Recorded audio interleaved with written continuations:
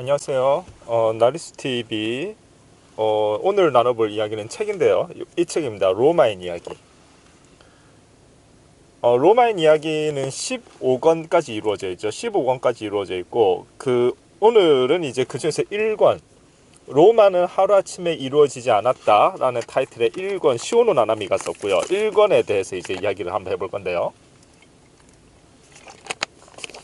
일단 로마인 이야기는 뭐 워낙 명작이죠. 시오노 나나미의 로마인 이야기는 상당히 이제 어떤 잘 쓰여진 책이고, 일본에서도 굉장히 유명한 베스트셀러 작가죠.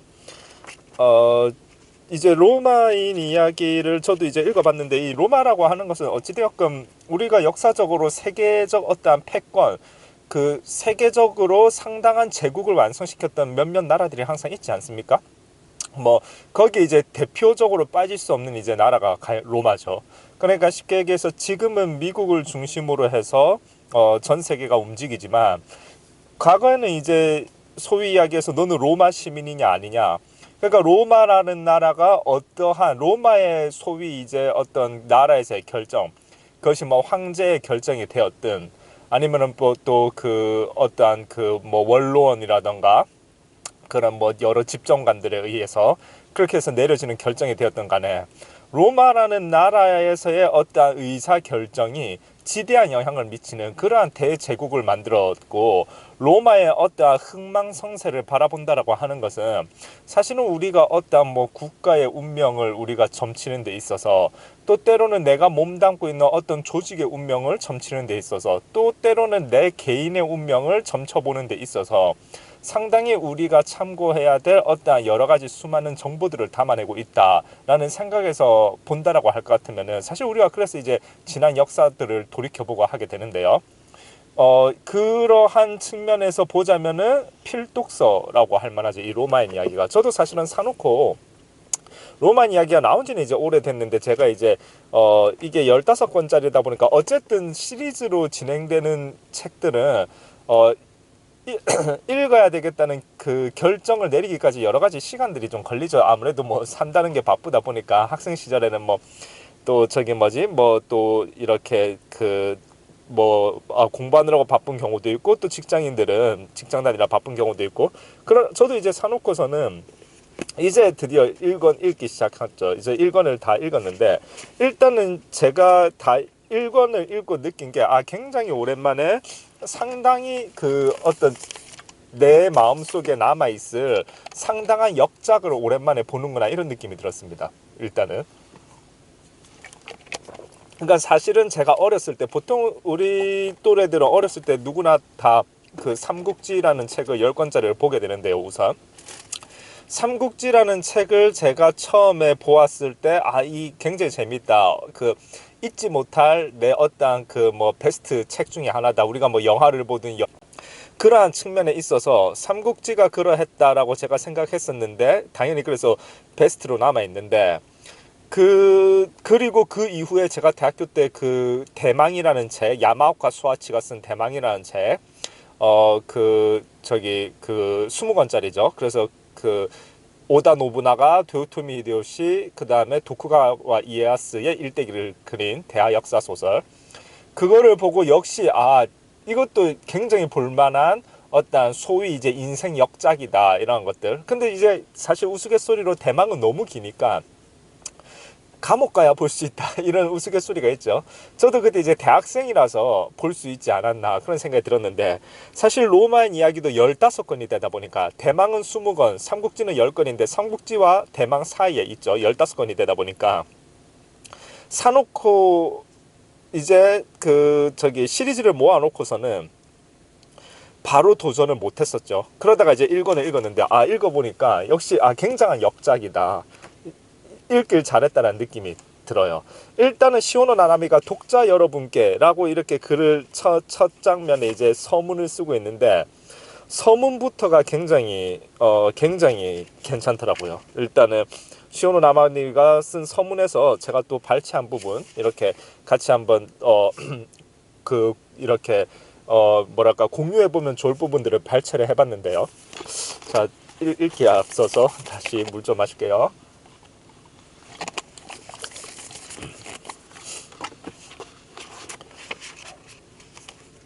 그 제가 치과 치료를 받고 있는데 여기에 이제 임시로 뭘 지금 붙여놨거든요.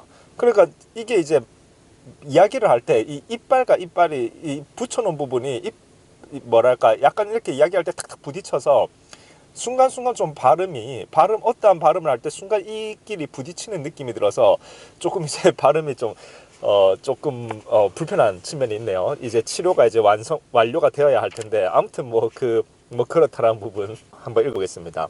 일단 발치를 했어요. 이 저기 뭐지 그거 서문 부분에 이제 있는 부분인데요.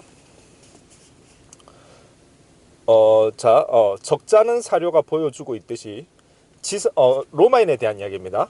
지성에 있어서는 그리스인보다 못하고 로마인이, 체력에서는 켈트인이나 게르만인보다 못하고, 기술력에서는 에트루리아인보다 못하고, 경제력에서는 카르타고인보다 뒤떨어지는 것이 로마인이라고 로마인들 스스로가 인정하고 있었습니다.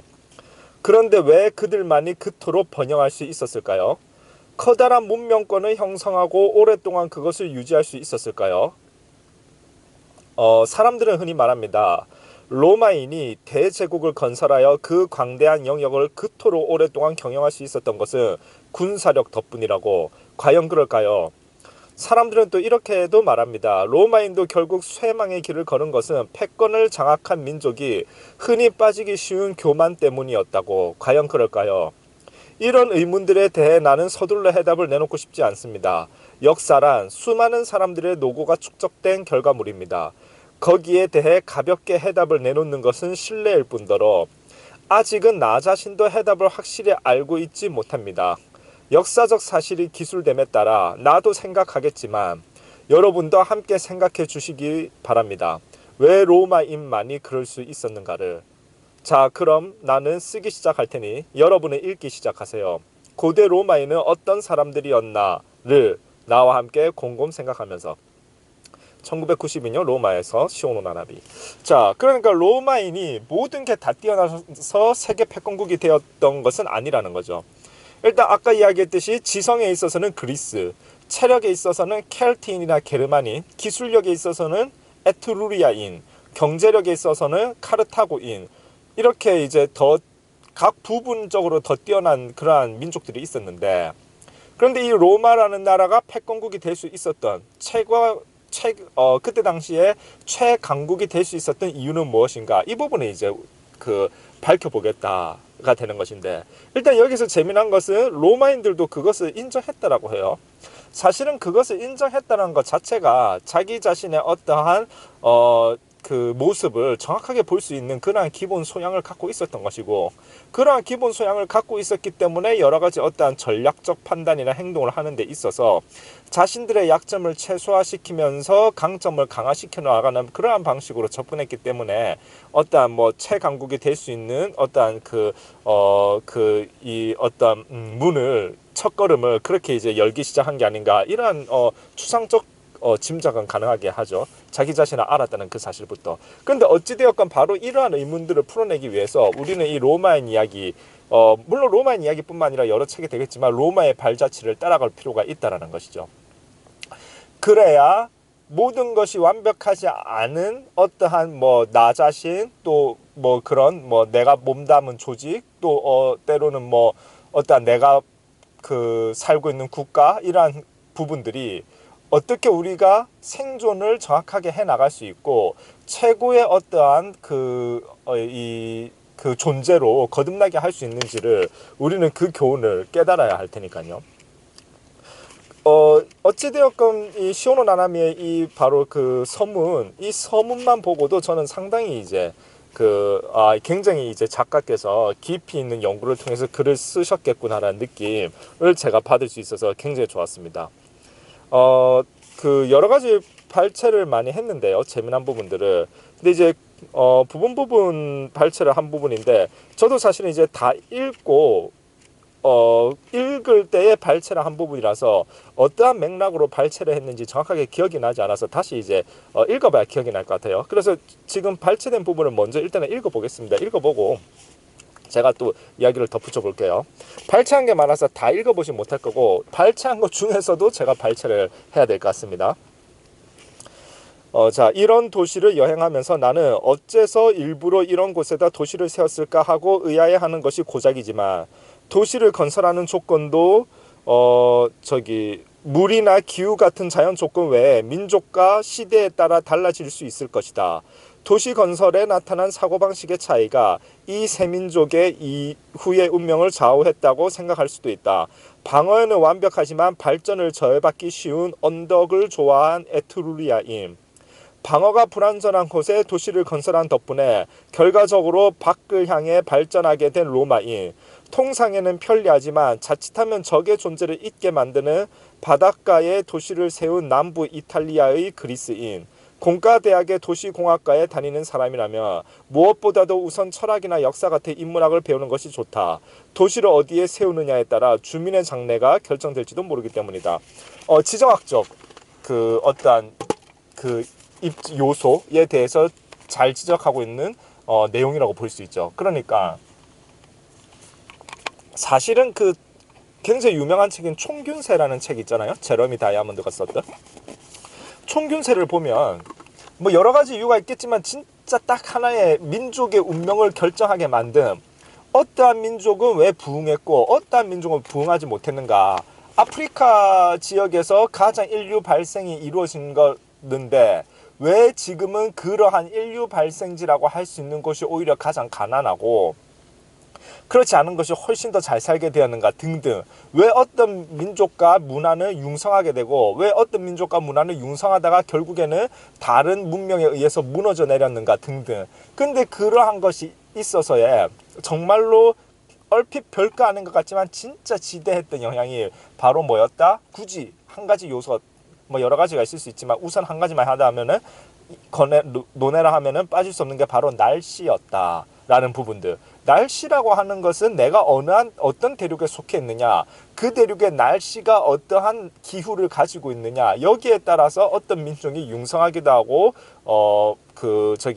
다른 민족에 의해서 무너지기도 하는 그러한 결정적 요소를 가져오는 포인트가 되었다라는 것을 우리가 총균세라는 책에서 이렇게 접할 수 있었는데요. 바로 그 부분이 지정학적 위치라고 할 수 있겠죠. 그런데 도시를 세운다라고 하는 것은 아까 말씀드렸던 어떠한 대륙에서 태어나냐, 그것은 나의 선택과 달리 이제 태어난 부분이 더 강할 텐데, 어디에 도시를 건설하느냐는 물론 이것도 어디에 태어났느냐의 영향도 많이 있지만은 어떠한 선택을 하느냐가 이제 많이 반영이 되겠죠. 여기에서 방어를 중시했던 에트루리아인이나 혹은 통상은 편리하지만 바닷가 도시에 세웠던 남부 이탈리아 그리스인보다는 방어가 불완전한 곳에 도시를 건설한 그러한 로마인들. 그러니까 이제 로마인들은 쉽게 이야기해서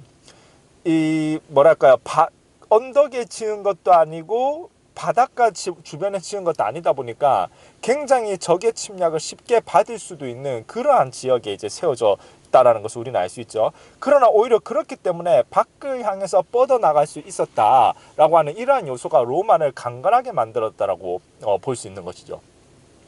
그렇죠. 사실은 그러니까 쉽게 얘기해서 우리나라도 사실은 어떤 2차 대전 이후 그리고 대한민국의 어떤 6.25 한국전쟁 이후에 정말로 우리나라는 어떠한 폐허의 입지에 있었고, 아시다시피 우리나라는 석유 하나 나지 않고 지하자원 하나 있지 않은 그러한 척박한 곳이다 라고 이야기를 하지만, 그러나 대한민국이 경제 번영을 할 수 있었던 것은 오히려 그러한 핸디캡을 극복하고자 하는 끊임없는 노력이 결국 우리나라가 아시아에서 무시할 수 없는 나라 중에 하나로서 발전할 수 있었던 그러한 계기가 되지 않았습니까?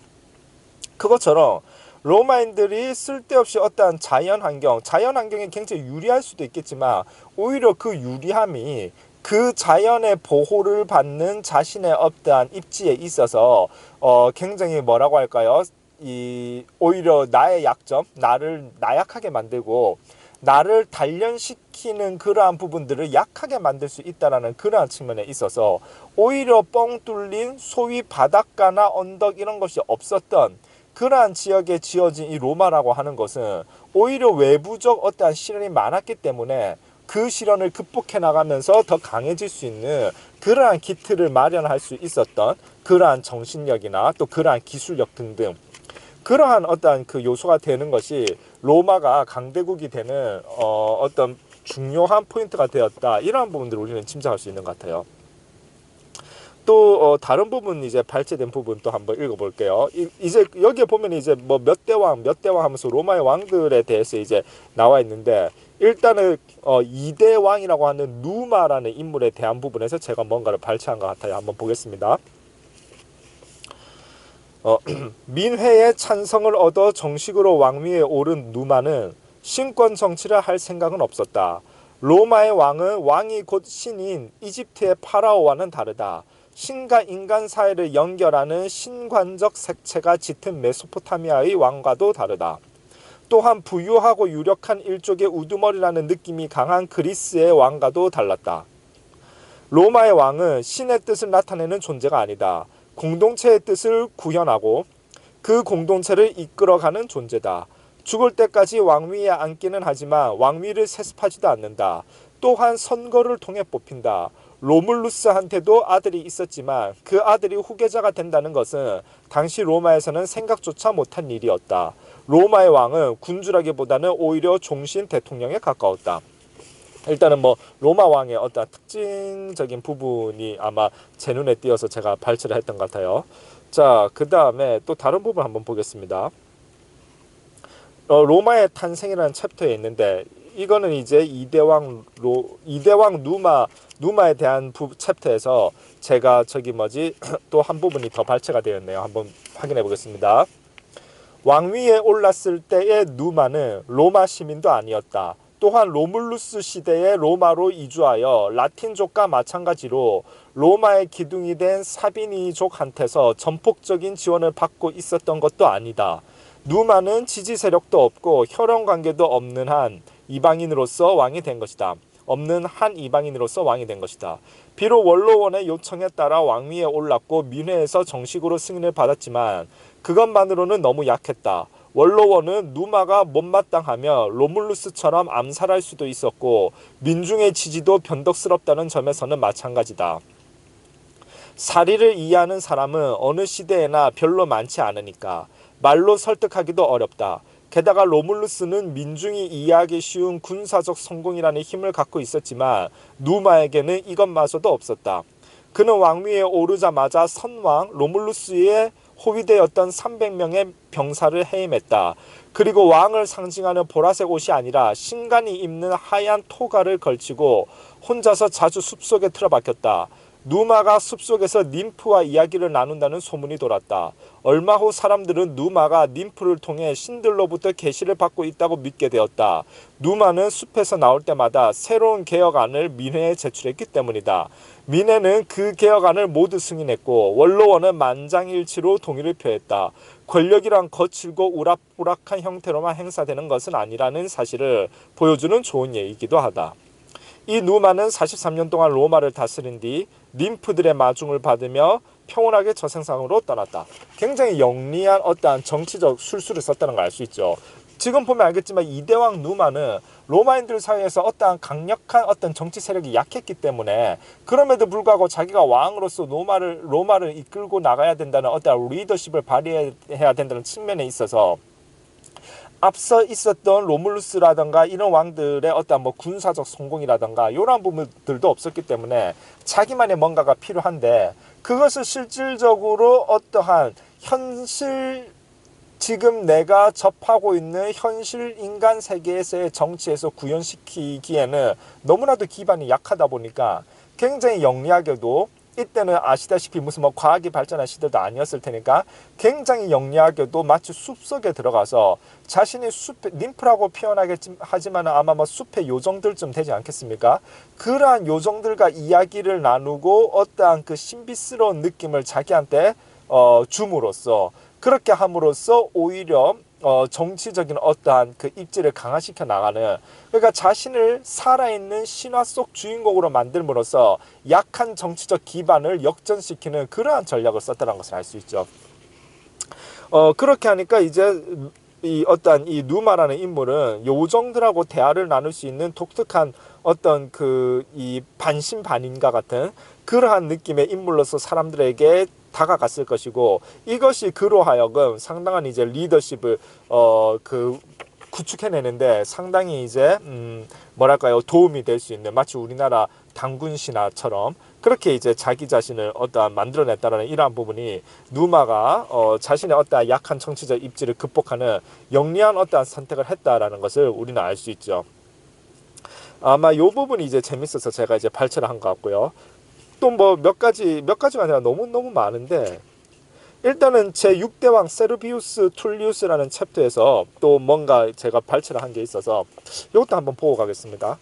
세르비우스는 병법을 확립했다. 로마군은 전위, 본대, 후위로 3분된다. 전위는 맨 먼저 적과 부딪혀 적의 전선을 흩뜨리는 역할을 맡는다. 그런 다음 두 번째로 대기하고 있던 군단의 주력 부대인 중무장 보병이 승부를 결정짓고, 여차하면 세 번째인 후위가 지원하러 들어가는 전술이다. 기병은 기동대 역할을 맡았다. 그저 마구잡이로 밀어붙이는 것이 일반적이었던 그때 세르비우스의 병법에 따라 전열을 가다듬고 쳐들어가는 로마 군단의 위력은 압도적이었다. 주변 부족과 전투에서도 연전연승을 거두게 되었다. 이리하여 출신도 확실하지 않은 세르비우스 왕의 치세도 평화롭게 끝날 것으로 여겨졌다. 하지만 불평분자는 어느 시대에나 있게 마련이다. 또한 성과가 많았던 그의 치세도 언 44년이라는 긴 세월에 이르러 있었다. 이 부분은 이제 아마 병법이 어떻게 확립되어졌는지 그 부분이 이제 좀 볼만한 것 같아서 제가 그 발췌를 한 것 같습니다. 자, 마지막 왕 거만한 타르키니우스라는 어떤 그 제목의 그 챕터에 있는 부분입니다. 세르비우스한테는 두 딸이 있었다. 두 딸은 성격이 정반대여서 하나는 드세고 또 하나는 얌전한 성격이었다. 선왕 타르키니우스의 아들 쪽에도 두 아들이 있었는데 이들도 성격이 정반대여서 하나는 담찬 야심가였고 또 하나는 온건한 성격이었다. 세르비우스 왕은 이 넷을 결혼시켰는데 비슷한 성격을 가진 사람끼리는 결혼시키지 않았다. 성미가 드센 왕녀는 온건한 성격의 사촌오빠에게, 얌전한 왕녀는 야심만만한 사촌오빠에게 시집 보낸 것이다. 결혼 생활을 통해 각자의 성격이 중화되기를 기대했던 것이리라. 이것은 실패였다. 성미가 드센 툴리아 왕녀는 온건한 성격의 남편을 사사건건 멸시했다. 당신 같은 겁쟁이를 남편으로 두고 있는 한 행운의 여신은 나한테 미소도 짓지 않으리라는 게 그녀의 입버릇이었다. 그리고 자기와 비슷한 성격을 가진 제부를 유혹했다. 곧이어 온화한 성격을 가진 두 사람이 왠지 모르게 급사한다. 그죠? 왠지 모르게 급사했다는 부분. 자, 계속 읽어보겠습니다. 과부와 호라비가 된 툴리아와 타르키니우스는 결혼했다. 왠지 모르게 급사한 이후에 이 두 사람이 이제 결혼을 했네요. 세르비우스 왕은 이 결혼에 찬성하지도 않았지만 반대하지도 않았다. 상냥했던 딸의 죽음이 준 타격으로 우울증에 빠져버렸는지도 모른다. 그러나 그는 왕이었다. 로마의 왕은 종신이니까 살아있는 동안은 왕위에 앉아있다. 또한 로마 왕위는 세습이 아니기 때문에 왕의 딸이라도 반드시 다음번 왕비가 될 수 있다는 보장은 없다. 툴리아는 남편의 마음에 불을 댕기는 작업에 착수했다. 리비우스의 기록에 따르면 그녀는 이렇게 말했다고 한다. 만약에 당신이 내가 생각한 그런 대장부라면 나는 당신을 남편으로 섬기고 남자로서도 존경할 거예요. 하지만 그렇지 않으면 내 운명은 나빠질 뿐이에요. 왜 결단을 내리지 않는 거예요? 코린트나 타르키니아 같은 타국에 나가서 행동하라는 건 결코 아니에요. 도대체 뭘 두려워하는 거죠? 결심이 서지 않는다면 코린트나 타르키니아로 가버리면 돼요. 그리고 당신도 옛날 신분으로 돌아가면 돼요. 뭔가 행동을 하라고 촉구를 하는 거죠. 원래 가지고 있었던 야망에 불이 붙은 타르키니우스는 우선 로마에 사는 에투루리아인들을 자기 편으로 끌어들였다. 이들은 그에게는 할아버지가 되는 제5대왕 타르키니우스 프리스쿠스 시대에 로마의 초빙을 받고 왔다가 그대로 로마에 눌러앉은 사람들이다. 원로원에서도 로마의 개발 사업과 상공업으로 재산을 모은 신흥 계급의 의원들을 자기 편으로 끌어들이는 데 성공했다. 타르키니우스는 무장한 부하들을 거느리고 원로원에서 연설을 했다.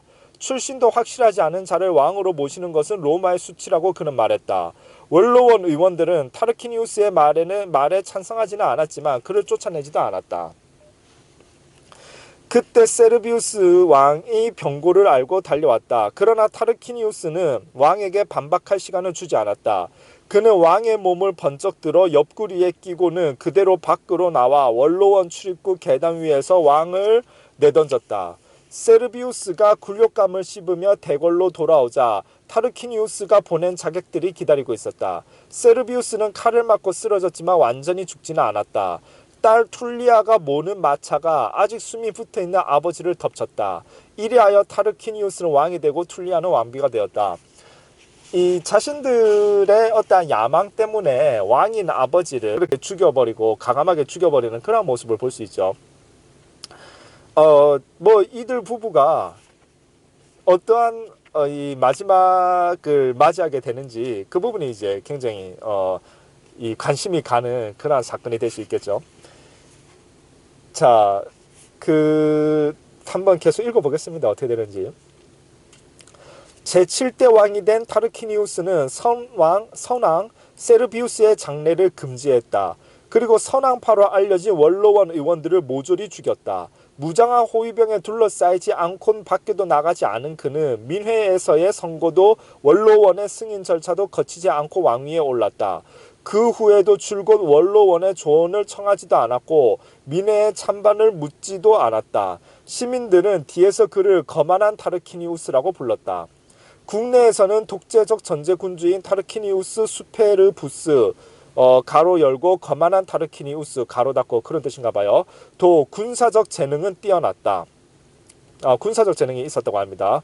주변 부족들과의 전투에서도 이기는 것은 늘 로마 쪽이었다.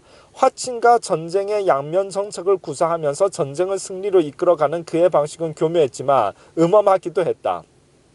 그렇죠. 원래 음험한 어떠한 음험하면서도 이런 소위 과감한 부도덕하지만 행동력을 보인 그 나름의 어떠한 호전성과 전략적 판단으로서 어떠한 주변 민족들하고의 어떠한 벌어지는 권모술수나 전쟁에 있어서는 이런 캐릭터가 상당히 장점으로 작용할 수 있었겠죠. 국내에서 불안을 느끼는 지배자는 항상 대외관계를 확실하게 해두려고 애쓴다. 타르키니우스는 첫 번째로는 인근에 사는 라틴족한테서 그리고 두 번째로는 에투르리아의 여러 도시에서 그 상대를 찾았다. 100년 전인 제4대 왕 안쿠스 시대부터 로마는 이웃 라틴족과 동맹을 맺고 있었다. 같은 말을 쓰고 같은 신을 섬기는 동포였기 때문에 유대 관계를 강화하는 것은 자연스럽고 쉬운 일이기도 했다. 이 라틴 동맹은 축제일을 함께 기념하는 것에서 시작되었다. 그러다가 전투도 힘을 합쳐 치르는 일이 많아졌다. 처음 얼마 동안은 완전히 대등한 동맹관계였다. 하지만 로마가 강성해지자 세력관계도 달라졌다. 함께 힘을 합쳐 전투를 치를 때에도 병력은 평등하지만 지휘는 로마 쪽에서 맡는 방식으로 바뀌었다. 그렇죠. 전쟁을 치를 때 아무래도 이제 강한 어떠한 두각을 나타내는 국가가 이 지휘를 하고 이 뭐랄까요, 어떤 작전을 짜고 그렇게 했겠죠.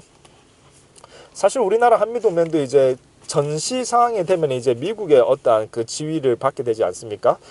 그래도 전리품은 평등하게 분배했다. 타르키니우스는 이 라틴 동맹을 경신했다.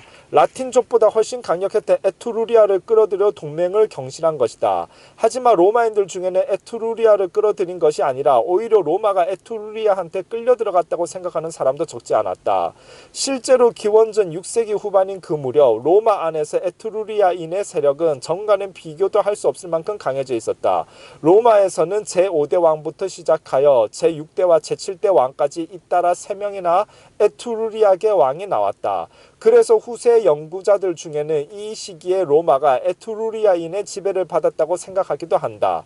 하지만 에투루리아의 세력은 로마 안에서는 막강했지만 로마 밖에서는 이 시기를 고비로 하여 쇠퇴하기 시작했다. 거만한 타르키니우스의 부르는 이 변화를 보지 못한 데 있다.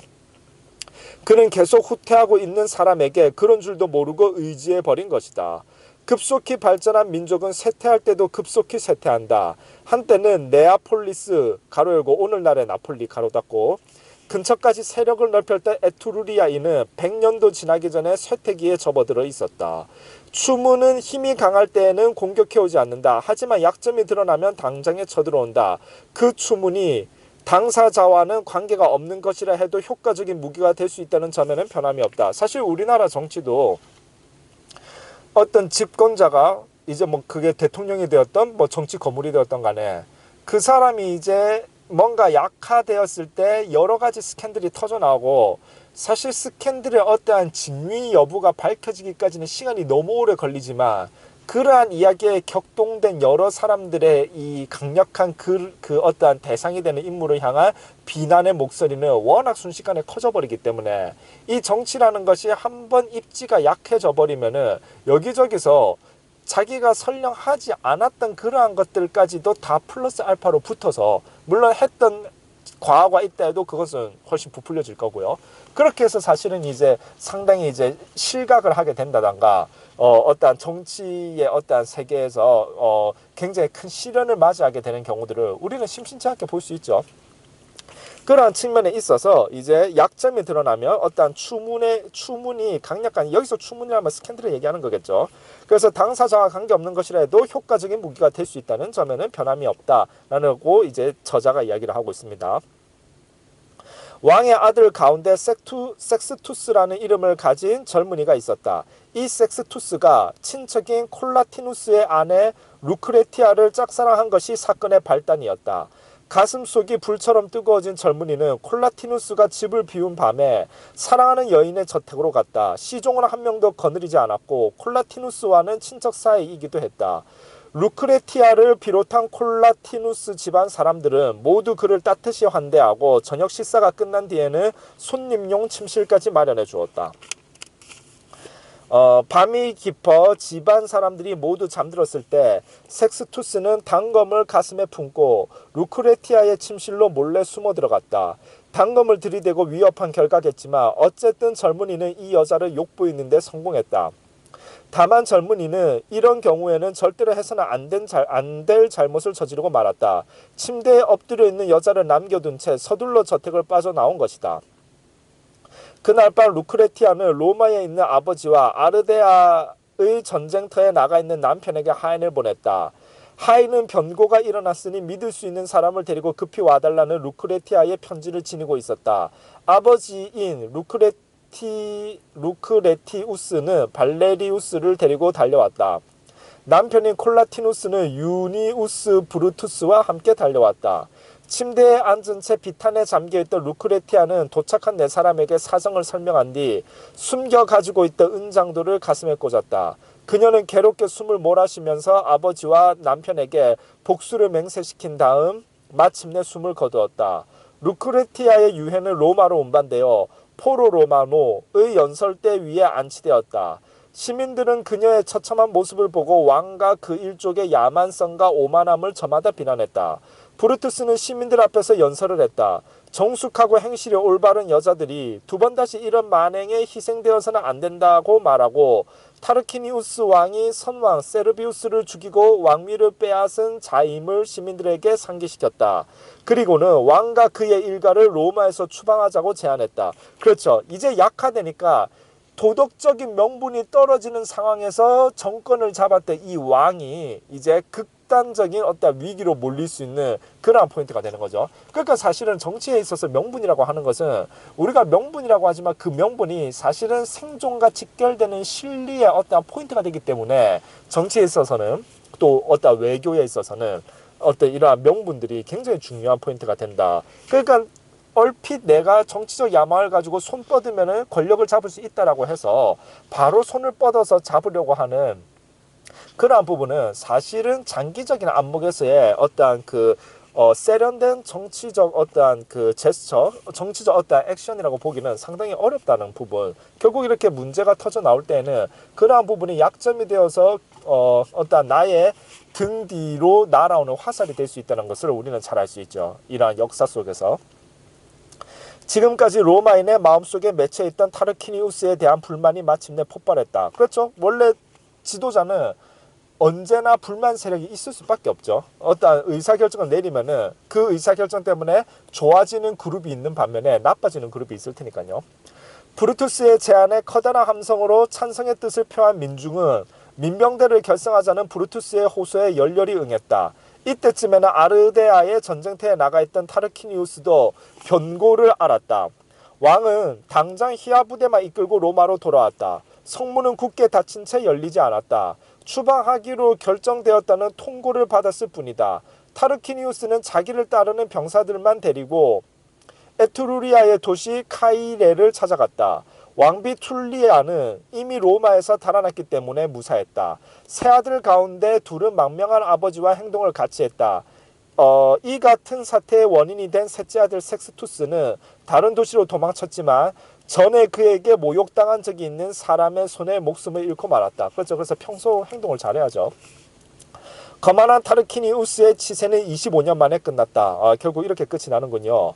제7대 왕이었던 그와 함께 로마의 섭정도 끝났다. 로물루스가 건국한 기원전 753년부터 244년째인 기원전 509년의 일이었다.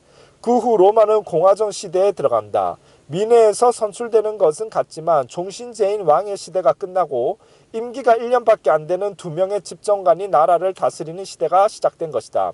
한 사람의 군주가 통치하는 체제라는 이유만으로 왕정시대의 로마를 부정적으로 평가하는 것은 역사를 정확하게 파악했다고 할 수 없다. 공동체도 초기에는 중앙집권적인 편이 효율적이다. 조직이 아직 여린 시기에 활력을 낭비하는 것은 치명상이 될 수도 있기 때문에 이런 시기에는 한 사람의 강력한 지도자가 결정하고 앞장서서 실행하는 편이 효율적이죠. 그죠? 우리나라도 산업화를 이루고 민주화를 이루었듯이 여기도 왕권으로서 굉장히 일사불란하게 나라의 기틀을 잡고 그러고 이제 이 왕권이 아닌 민회에서 선출되는 그러한 종신왕은 이제 끝나고 민회에서 선출되는 그러한 집정관에 의한 나라로 변모했다라는 거, 그러한 순서로 이제 이 번영하는 나라의 어떤 일종의 패턴, 그러한 패턴을 우리는 부인할 수 없죠. 로마의 7왕의 역사는 알맞은 시기에 알맞은 인재를 알맞은 자리에 등용한다는 원칙이 지나칠 만큼 완벽하게 적용된 역사였다. 로마는 이런 왕들 덕택에 튼튼한 뿌리를 땅속 깊이 내릴 수 있었다. 왕들이 모두 장수한 것도 다행이었다. 왕들이 저마다 자신의 포부를 실행에 옮기고 그 성과가 나타날 때까지의 시간을 가질 수 있었기 때문이다. 그 덕에 왕이 바뀌어도 새 왕은 선왕의 업적 위에 안심하고 새로운 업적을 쌓을 수 있었고 사업의 중단이 초래하는 활력의 낭비도 피할 수 있었다. 아마 로마 왕정은 기원전 6세기 말에는 사명을 끝냈을 것이다. 루크레티아 사건은 이미 사명을 끝내 왕정의 숨통을 끊어놓은 데 불과했다. 이 이외에도 굉장히 이제 당연히 이 책은 재밌는 내용들이 많이 있습니다. 사실은 제가 발췌한 부분 발췌한 데서 좀 더 발췌를 해서 이제 읽어드렸고요. 로만 이야기는 이제 그래서 제가 1권을 다 읽고 나서 이제 1권 로마는 하루아침에 이루어지지 않았다를 이제 다 읽고 지금 공유를 해본 거고, 정보를. 그 다음에 이제 틈틈이 2권, 3권 해서 쭉 다 읽어볼 텐데요. 아무튼 나머지 어떤 시리즈도 상당히 기대하게 만드는 그러한 책인 것 같습니다. 어쨌든 로마인 이야기, 상당한 뭐랄까요, 제국의 흥망성쇠에 대한 어떤 이야기를 접하면서 삶의 지혜를 많이 얻을 수 있는 그러한 책이 아닐까 생각됩니다. 네, 감사합니다.